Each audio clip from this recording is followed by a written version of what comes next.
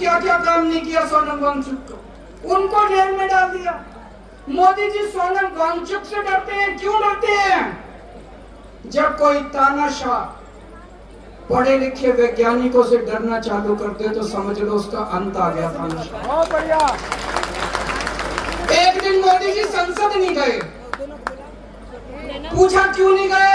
बोले महिलाएं सारी मेरे को पीटेंगी। पढ़ा था अखबार में आप लोगों ने? बोले अरे मोदी जी आपको महिलाओं से डर लगने लग गया। संसद में नहीं गए, बोले मेरे को सारी महिलाएं पकड़ के पीटेंगी। आपको सोनम वांगचुक से डर लगता है, आपको महिलाओं से डर लगता है, आपको केजरीवाल से डर लगता है, आपको ट्रंप से डर लगता है, आपको अमेरिका से डर लगता है। अरे डर डर के कितना जियोगे मोदी जी, थोड़ी तो हिम्मत दिखाओ।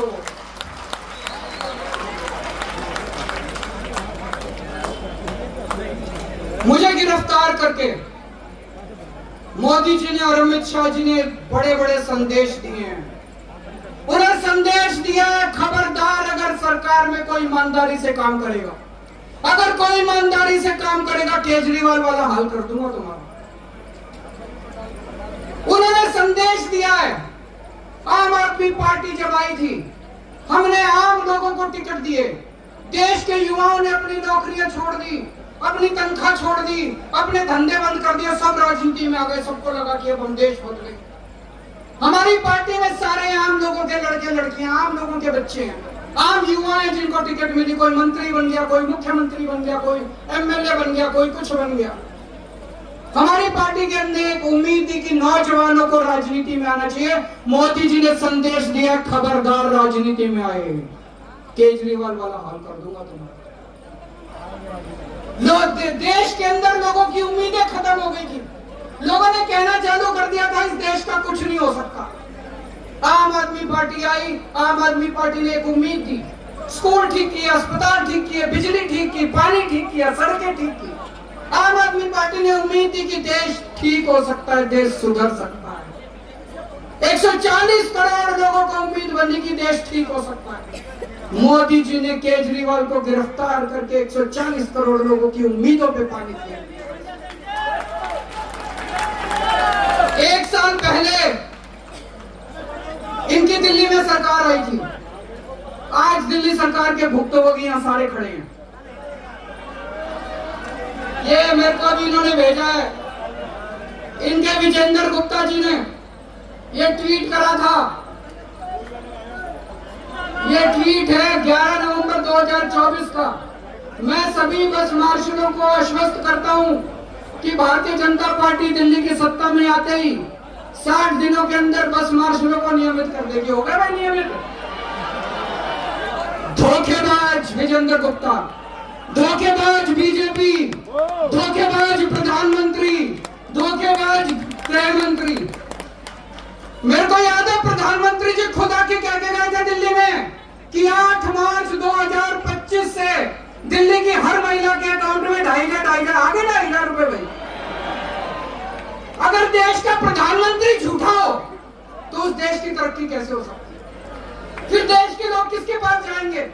अगर देश का प्रधानमंत्री सरेआम स्टेज से खड़ा होकर झूठ बोलने लगे। आज यहाँ पे बस मार्शल आए हुए हैं, 10,000 बस मार्शल निकाल दिए, 10,000 डीटीसी कंडक्टर, डीटीसी ड्राइवर निकाल दिए इन लोगों ने, मोहल्ला क्लिनिक के कर्मचारी निकाल दिए इन लोगों ने, डिम्स के कर्मचारी निकाल दिए इन लोगों ने, हॉस्पिटल में काम करने वाले डेटा एंट्री ऑपरेटर निकाल दिए इन्होंने। अरे इतनी महंगाई में मुश्किल से नौकरी मिलती है। अगर 2 लोगों को नौकरी दे सको तो दे लो, नहीं तो कम से कम लोगों की नौकरी तो मत छीनो। आज पूरी दिल्ली दुखी हो रही है इन लोगों से। सारी सड़कें टूटी पड़ी हैं, चारों तरफ गंदगी गंदगी हो रही है। लोगों के घर में काला पानी आ रहा है, पीने का पानी नहीं है।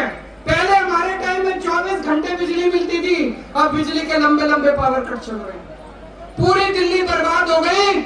आज दिल्ली वाले याद कर रहे हैं यार इससे तो केजरीवाल ही अच्छा था। आज चुनाव करा लो दिल्ली में, कितनी सीट आएंगी? आज चुनाव करा के देख लो दिल्ली में। कुछ लोग कहते हैं मोदी जी से देश नहीं संभल रहा, कुछ लोग कहते हैं मोदी मोदी जी को देश चलाना नहीं आता। मेरा कहना है दोस्तों, ना तो उन्होंने देश चलाना, ना उनका कोई इंटरेस्ट देश चलाने में, ना उनको सरकार चलाने में। उनको देश से कोई लेना देना नहीं है। देश जाए भाड़ में उनकी बला से। उनको केवल एक ही चीज है, सत्ता की हवा से केवल और केवल सत्ता चाहिए। सुबह से उठ के शाम तक मोटा भाई और मोदी जी केवल बैठ के ये देखते हैं कि सत्ता कैसे लेनी है। सत्ता के लिए तरह तरह के षड्यंत्र रचते हैं, तरह तरह के षड्यंत्र करते हैं। इनको चाहे एसआईआर करनी पड़े, चाहे वोटर लिस्ट से नाम काटने पड़े, चाहे वोटर लिस्ट में नाम जोड़ने पड़े, चाहे पैसे बांटने पड़े, चाहे साड़ियां बांटनी पड़े, चाहे लोगों को मरवाना पड़े, जो मर्जी करना पड़े, इनकी वजह से देश भाड़ में जाए। इनको केवल सत्ता चाहिए। मोदी जी, आप सत्ता के लिए काम करो, केजरीवाल देश के लिए काम करेगा।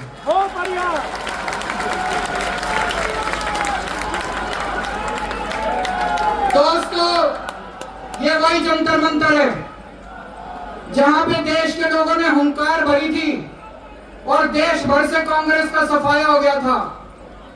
आज जंतर मंतर का ये दिन ऐतिहासिक है। वो दिन भी याद है, वो दिन था 4 अप्रैल 2011। आज की तारीख नोट कर लेना। आज के बाद भारतीय जनता पार्टी की देश भर से उल्टी गिनती शुरू हो चुकी है।